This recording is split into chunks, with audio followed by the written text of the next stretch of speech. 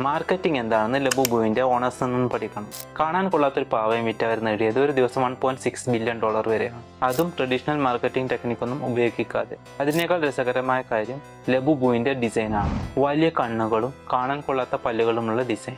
എന്നിട്ടും വൈറലായി. ഇതിന് തുടക്കം കുറിച്ചത് 106 മില്യൺ ഫോളോവേഴ്സുള്ള ലലീസ ലബുബിനെയും പിടിച്ചുള്ള പോസ്റ്റ് ഇൻസ്റ്റാഗ്രാമിൽ ഷെയർ ചെയ്തതായിരുന്നു. അതിനുശേഷം കിം കാർഡാഷ്യൻ, റിഹാന തുടങ്ങിയ ഇൻഫ്ലുവൻസേഴ്സിന്റെ ബാഗിലും ലബുബ് തൂക്കിയുള്ള പോസ്റ്റുകളും വൈറലായി. ശേഷം അനന്യ പാണ്ഡെ, കരൺ ജോഹർ തുടങ്ങിയവർ ഈ ട്രെൻഡ് ഇന്ത്യയിലേക്കും എത്തിച്ചു. ലബുബ് ഡിസൈൻ 2015 ഹോങ്കോങ്ങിലെ ആർട്ടിസ്റ്റ് കാസിംഗ്ലും ഒരു കാർട്ടൂൺ കഥാപാത്രത്തിന് വേണ്ടി നിർമ്മിച്ചതായിരുന്നു. പിന്നീട് ചൈനീസ് കമ്പനി പോപ്പ് മാർട്ട് അവരുടെ ബ്ലൈൻഡ് ബോക്സ് കളക്ഷനിൽ ആഡ് ചെയ്തു.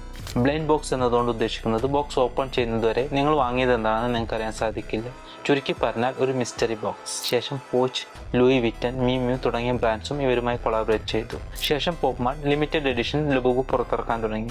അത് മിനിറ്റുകൾ കൊണ്ട് വിറ്റുപോകാനും തുടങ്ങി. അങ്ങനെ ഈ ഹൈപ്പ് വഴി വെറും $30 വില വരുന്ന ലബുബുവിന്റെ റീസെയിൽ വാല്യൂ $47,000 വരെയായി. ഇന്ത്യയിൽ വളരെ കുറച്ച് ലക്ഷറി ബ്രാൻഡ്സ് മാത്രമാണ് ഒതന്റിക് ലബുബു വിൽക്കുന്നത്. ലബുബുവിനെ കുറിച്ചുള്ള നിങ്ങളുടെ അഭിപ്രായങ്ങൾ കമന്റ് ബോക്സിലൂടെ അറിയിക്കുക.